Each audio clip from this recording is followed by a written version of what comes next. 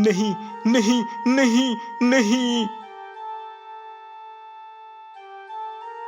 क्या हुआ जी, फिर कोई सपना देखने लगे क्या?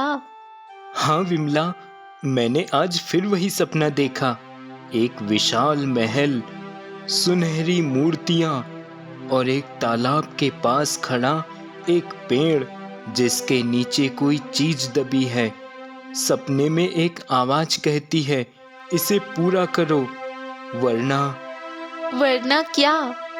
पता नहीं विमला, इसके आगे मुझे कुछ सुनाई ही नहीं देता है। बस मुझे ऐसा लगता है कि कोई मुझे अपनी ओर खींच रहा हो जैसे, और फिर मेरी आंख खुल जाती है। हे भगवान, ये सपना मुझे बार बार क्यों आता है? हर रात वही महल, वही पेड़, वही आवाज। मैं तो पागल हो जाऊंगा। अब तो कुछ करना पड़ेगा।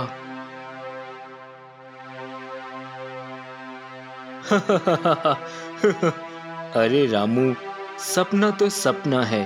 तू ज्यादा दाल रोटी खा लेता है, इसलिए ऐसा दिखता है।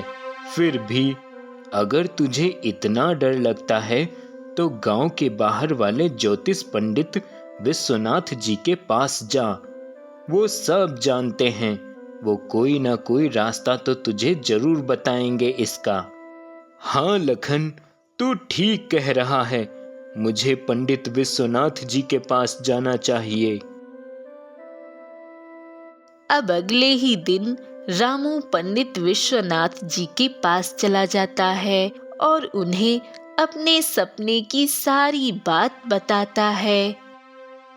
पंडित जी, मुझे हर रात एक ही सपना आता है।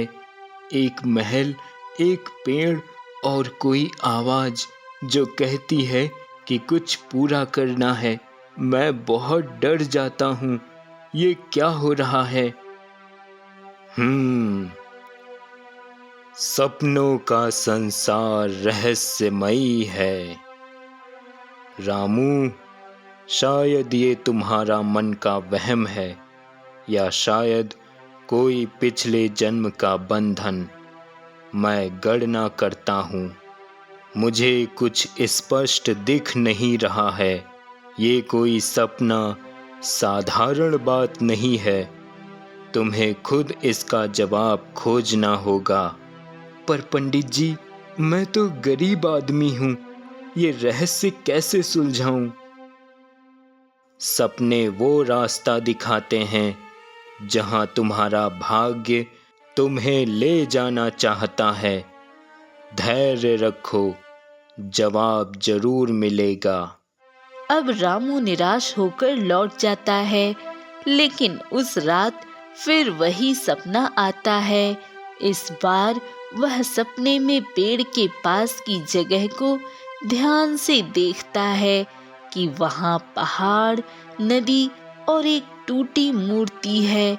सुबह वह फैसला करता है कि वह उस जगह को खोजेगा। बस अब और नहीं, चाहे जो भी हो, मैं उस जगह को ढूंढूंगा। शायद वहां कोई जवाब मिले। आप जा तो रहे हैं, पर आप उस जगह को कैसे ढूंढेंगे? क्या आप उस जगह की जैसी कोई जगह जानते हैं?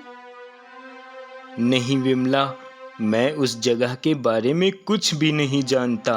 पर मैं सोच रहा हूँ कि इस गांव के बुजुर्गों में किसी को शायद ऐसी किसी जगह के बारे में कोई जानकारी हो और वो मुझे इसके बारे में कुछ बता सके। अब रामू अपने ही गांव के सबसे बुजुर्ग व्यक्ति के पास जाता है, जो पुरानी कहानियां जानते हैं। तू जो जगह बता रहा है वो तो पुराने राजवंश के खंडहर जैसी लगती है। गांव से 20 कोस दूर नदी के किनारे एक टूटा मंदिर है। शायद वही हो, पर तुम्हें सावधान रहना होगा, क्योंकि वहां कोई नहीं जाता। कई वर्षों से वह जगह सुनसान पड़ी है। मंगल चाचा, आपका बहुत बहुत धन्यवाद। आपने मुझे उस जगह के बारे में बताया और मैं पूरी सावधानी से वहां जाऊंगा और उस रहस्य का पता लगाऊंगा। अच्छा, अब मैं चलता हूँ चाचा। अब रामू उस खंडहर की तलाश में निकल पड़ता है और चलते चलते वह उस खंडहर के पास पहुंच जाता है। वहां उसे सपने जैसा पेड़, तालाब और टूटी मूर्ति दिखती है। वह पेड़ के नीचे खोदने लगता है और उसे एक पुराना तांबे का बक्सा मिलता है। बक्से में एक तावीज और एक पत्थर की शिला होती है जिस पर प्राचीन लेख खुदा है। ये क्या है? ये तो वही तावीज है जो मैंने सपने में देखा था। वह तावीज पहन लेता है और अचानक उसे चक्कर आता है और वह बेहोश हो जाता है। और अचानक जब उसे होश आता है तो वह एक राजा के रूप में एक भव्य महल में होता है। वह राजा विक्रम सिंह है जो सैकड़ों साल पहले का शासक था। उसे याद आता है कि उसने एक गुप्त खजाना छिपाया था जो गांव की भलाई के लिए था, लेकिन उसकी मृत्यु से पहले वह उसे किसी को सौंप नहीं पाया। महाराज, आप ठीक हैं? आप अचानक चुप क्यों हो गए? वजीर, मुझे एक अधूरा काम याद आया। गांव के तालाब के पास जो पेड़ है उसके नीचे मैंने एक खजाना छिपाया था। उसे गांव वालों को देना होगा।